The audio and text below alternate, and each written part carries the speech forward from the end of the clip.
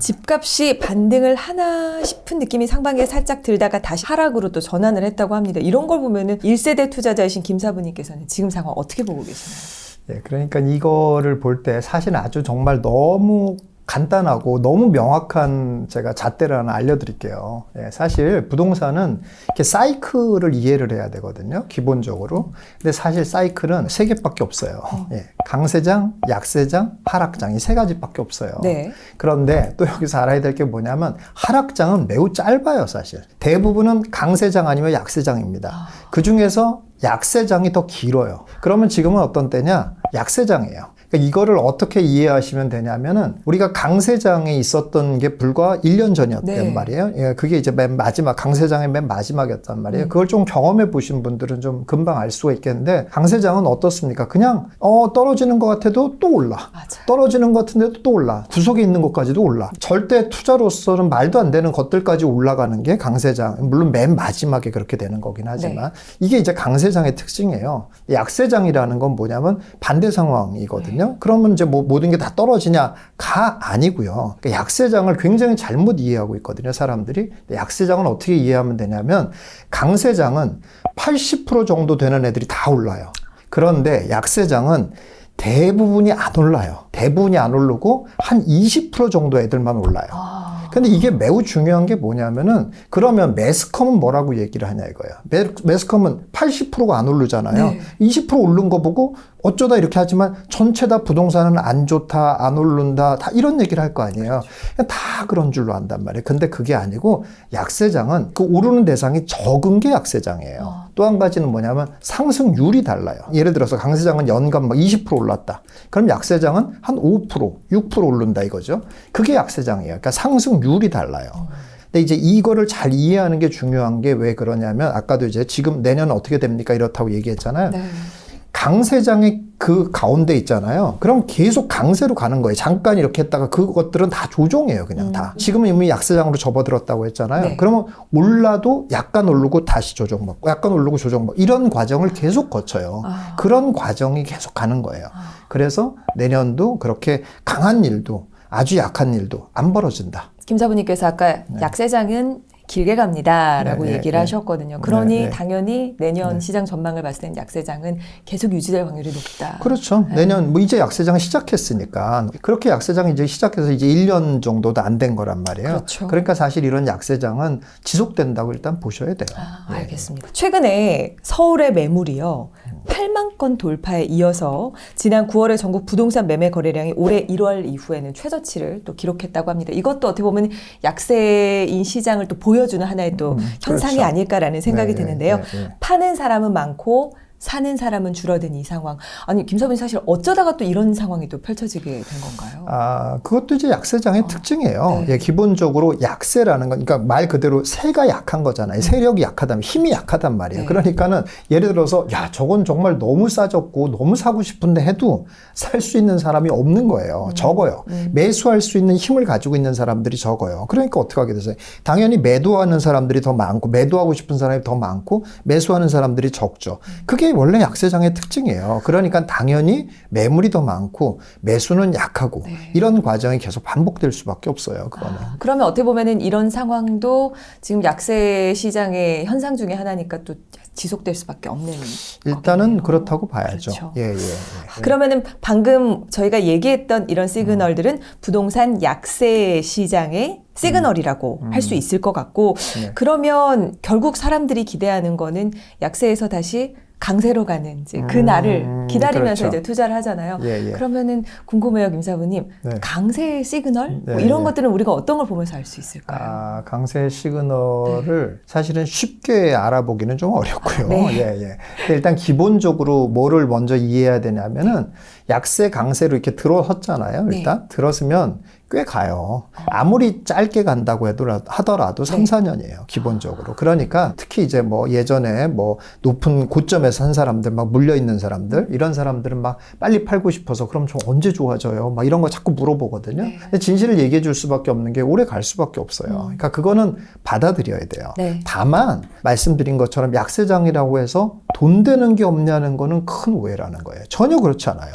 그렇기 때문에 여러 전략들이 필요하죠. 그러니까 여러 전략 전략이라는 거는 뭐 예를 들어 자금이 있는 사람들은 당연히 돈 되는 걸 사둬야 되는 거고 그렇죠. 자금이 어디 묶여 있다고 하더라도 물론 뭘 매각을 하는 것도 내가 차라리 얘를 매우 싸게 매각을 하고 네. 좀 더 돈 되는 거로 옮겨 탄다 이런 전략도 쓸 수가 있는 거고 여러 전략들이 나올 수 있거든요. 사실 네. 정확하게 이게 어떤 시점이라는 걸 알면은 그렇게 생각을 해야 돼요. 그러니까 강세장이 언제 오나라고 자꾸 그걸 생각하지 말고 네. 일단은 약세장에 맞는 전략은 뭘까라고 생각하는 게 더 합리적인 생각이다 이런 얘기예요. 지금 최선의 내가 가까운 미래까지 어떤 전략으로 접근해야 되나 요거를 고민하는 게 더 낫다는 그렇죠. 말씀이시죠. 예, 예. 지금 우리 김사부님께서는 하락장은 지나갔다. 지금은 약세의 시장 안에 있다라고 그렇죠. 얘기하셨는데 네. 사실 이 하락장이 정말 무섭고 힘든 시기였거든요. 네, 그러면 그렇죠. 이 하락장은 그러면은 당분간은 조금 오진 않는다. 왜냐면 이미 한번 지나갔으니까 이렇게 네. 생각을 하면 될까요? 아니면은 하락장의 경우는 이런 시그널이 있기 때문에 이런 건 조심해야 된다라는 게 있다면. 하락장은 일단은 안 온다고 보시면 돼요.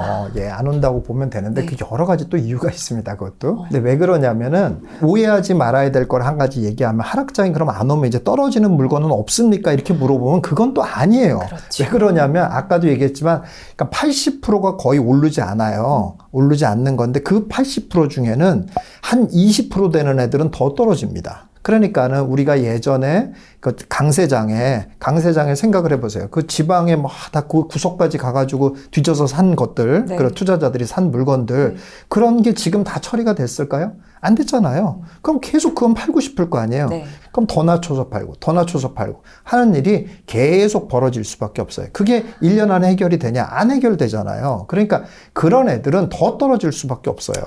그러니까 이건 하락장이어서 떨어지는 게 아니고 네. 약세장이어도 원래 그런 애들은 더 떨어질 수밖에 없는 거예요. 그러니까는 본인이 갖고 있는 물건에만 막 집중해서 이렇게 생각을 당연히 하시겠지만은 일단은 지금 약세장이라는 말의 의미가 이제 절대 떨어지는 물건은 없다라는 뜻은 일단 아니라는 거예요. 네. 그런 애들은 더 떨어질 수밖에 없고 한 60% 정도 되는 애들은 그냥 보합을 유지할 그렇죠. 거고 나머지 20% 정도 되는 애들은 그 중에서 완만하게 계속 상승할 거다 이런 얘기예요. 예. 자, 이렇게 우리가 사이클을 좀 내다 보면서 우리가 네. 현재 있는 시점에서 좀 어떤 전략을 취하면 좋을지 한번 고민해 보면 좋을 것 같은데요. 김사부님께서는 오랜 시간 강의 활동과 또 투자 활동까지 이제 해 오셨는데 네. 지금과 같은 시장 상황이 또 있었나요? 그럼요. 자주 있었죠. 일단은 뭐 가장 가까운 시절은 당연히 뭐 금융위기 이후로 네, 쭉 네. 있었는데 여기서 이제 아주 재밌는 게 있어요. 2009년 이후로 이제 충격을 확 받아가지고 가격이 확 떨어졌단 말이에요. 예. 그런데 많은 사람들이 이제 염려하는 게 뭐냐면 이게 2차 충격이 왔습니다. 사실. 예. 그래서 2009년에 이제 떨어져가지고 이렇게 완전히 한 30% 떨어졌어요. 네. 2010년도쯤에 이렇게 조금 올랐다가 다시 2011년, 12년 되면서 또 떨어져요. 이렇게 2차 충격이 있었거든요. 네. 예. 그렇기 때문에 이번에도 또 이런 2차 충격이 오지 않겠냐. 이렇게 사람들이 생각을 많이 해요. 네. 이게 바로 차트만 보고 공부하는 사람들의 함정이에요, 사실.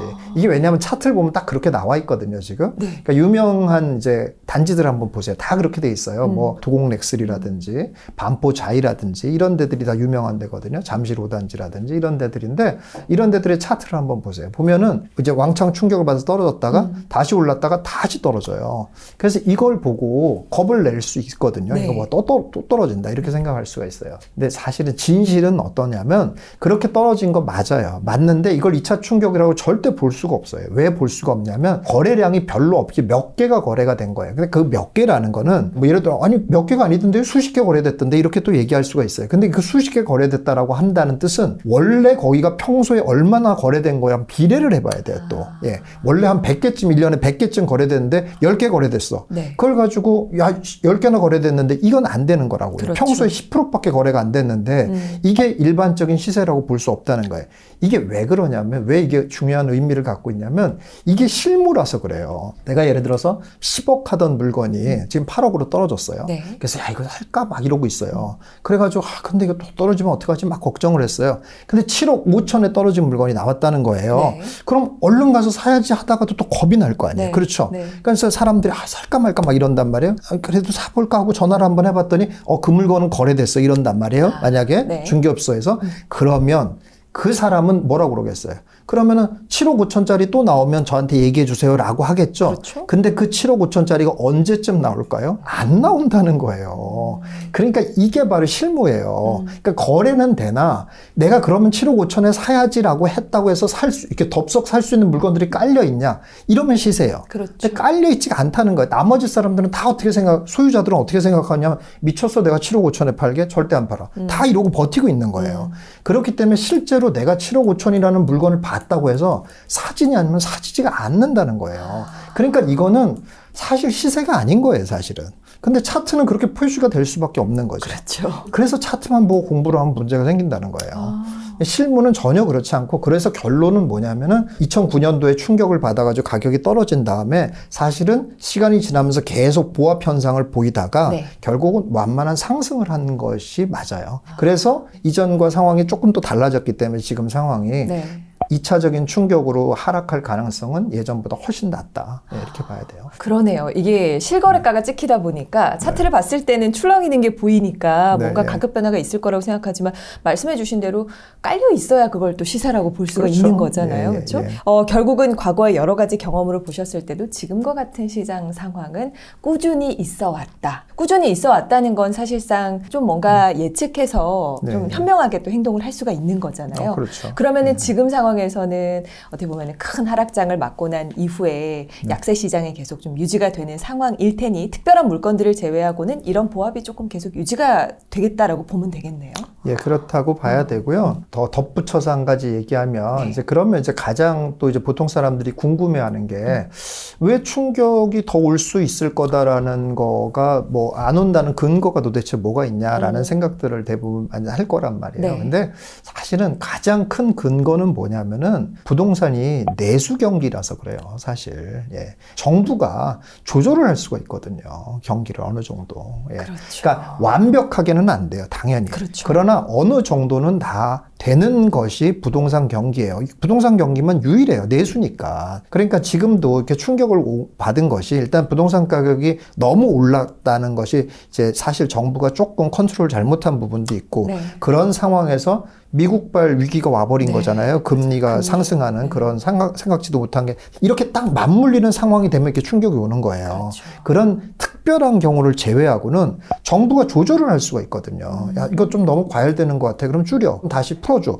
이런 걸 얼마든지 할 수 있다는 거예요. 뭐 완전히 맘대로 하는 건 아니어도 그렇죠. 그런 거를 늘 해왔고 그리고 생각을 해보세요. 그렇게 만약에 조절을 할 수 있는 카드가 있다라고 하면 어떤 정부가 과연 여기서 막 더 떨어지고 막 이러는 거를 좋아할 정부가 어디 있겠냐고요. 없죠. 예. 그러니까 만약에 떨어지는 그런 일이 있으면은 반드시 규제를 풀거나 금리를 어떻게 하거나 해가지고 막아요. 막는다고 그렇죠. 봐야 돼요. 그래서 그렇게 통제가 안 되는 상황이 오면 더 떨어지는 거지만 그렇게 통제가 안 되는 상황이 그렇게 자주 벌어진다. 이럴 가능성도 낮다. 이런 얘기예요.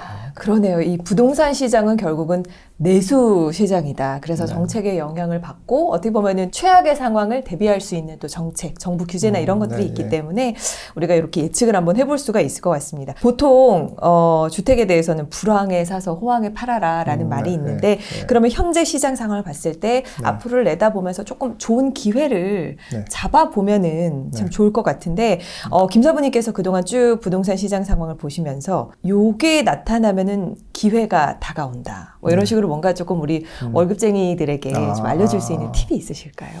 뭐 아주 쉽지는 않긴 한데요. 네. 좀 예민한 감각을 갖고는 있긴 해야 되는데 네. 일단은 큰 사이클을 보는 거에 제일 좋은 거는 주변 사람들이 부동산에 대해서 많이 관심을 갖고 있냐 관심이 없냐 이걸 잘 보고 있으면 되거든요. 예. 그러니까 관심이 많으면 일단 조심해야 되는 때고 네. 예, 지금은 관심이 많이 없기 때문에 조금 강하게까지 얘기하자면 실은 맘 놓고 사도 된다. 뭐 거의 그렇습니다. 물론 근데 아무거나 사면 안 돼요. 그렇죠. 예, 안 되는데 일단은 괜찮은 부동산들은 사실은 맘 놓고 사도 거의 걱정하지 않아도 된다. 약간 이렇게 일단 주변 사람들의 관심도가 일단 중요하고요. 네. 첫 번째는 그러고 두 번째는 이제 매스컴의 논조가 중요해요. 왜 그러냐면 보통 사람들은 다 매스컴을 보고 결정하거든요. 맞아요. 결국. 예, 그리고 매스컴에서 뭐라고 얘기한 걸 계속 듣잖아요. 뭐 그러면 그냥 그게 그러니까 진리인 줄로 자꾸 착각을 하거든요. 네. 딱 그거의 반대라고 생각하면 딱 돼요. 예, 그래서 안 좋다. 그러면 아, 내가 살 때구나. 좋다. 그러면 아, 내가 좀 조심해야 될 때가 딱 반대로 생각하면 돼요. 왜 매스컴은 그러면 예, 예. 대중에게 기회를 주질 않고 왜 그런 걸까요? 아, 그렇죠. 예, 그거는 결국은 매스컴에 이제 뭐 두 가지 이유가 있을 수 있는데 매스컴이 일단 자극적으로 얘기를 해야지 일단 사람들이에게 눈에 띄니까 자극적으로 얘기한다는 이유가 있고 또 한 가지는 뭐냐면 대중이 좋아할 만한 얘기, 대중적인 얘기들을 해야 되잖아요. 그러니까 대중에게 해당되는 얘기를 해야 되잖아요. 그러니까 투자는 소수를 지향하는 거란 말이에요. 그런데 야 너희들 이 소수들아 너희들 지금 해야지 돈 버는 거야 이런 얘기를 해봐야 욕만 먹는단 말이죠. 이거는 완전히 나머지는 다 지금 떨어져서 어떡하지 하고 있는데 그럼 떨어지고 있구나 걱정이 많이 하고 있습니다 막 이런 얘기를 할 수밖에 없다. 그래야지 사람들한테 이제 잘 호응이 되잖아요. 그렇죠. 많은 사람들한테 호응이 되니까.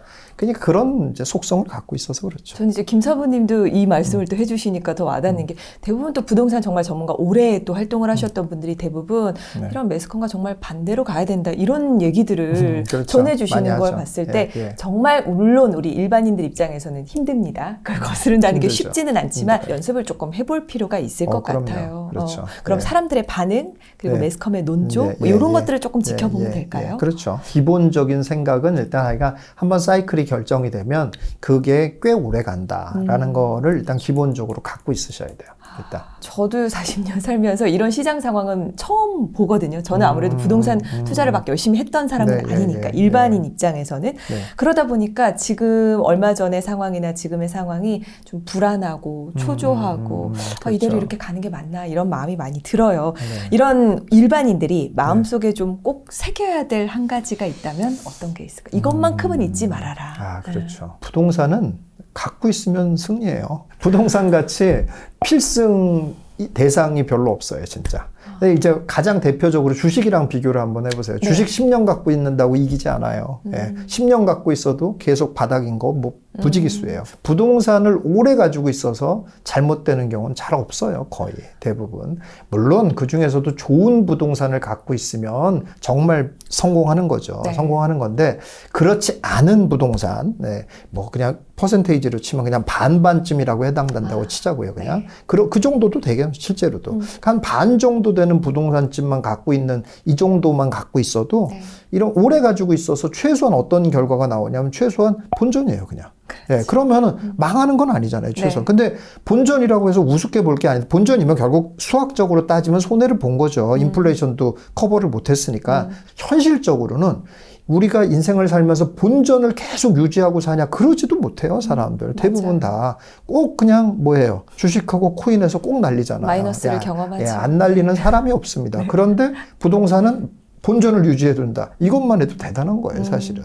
그러니까 일단 부동산 이렇게 마음이 막 불안하면 부동산 오래 갖고 있어서 망한 사람은 없더라. 이것만 머릿속에 기억하고 있으면 돼요. 25년 동안 이 부동산 시장 상황을 쭉 보시면서 꼭 요것만큼은 잊지 말아라 라고 조언을 해주셨습니다.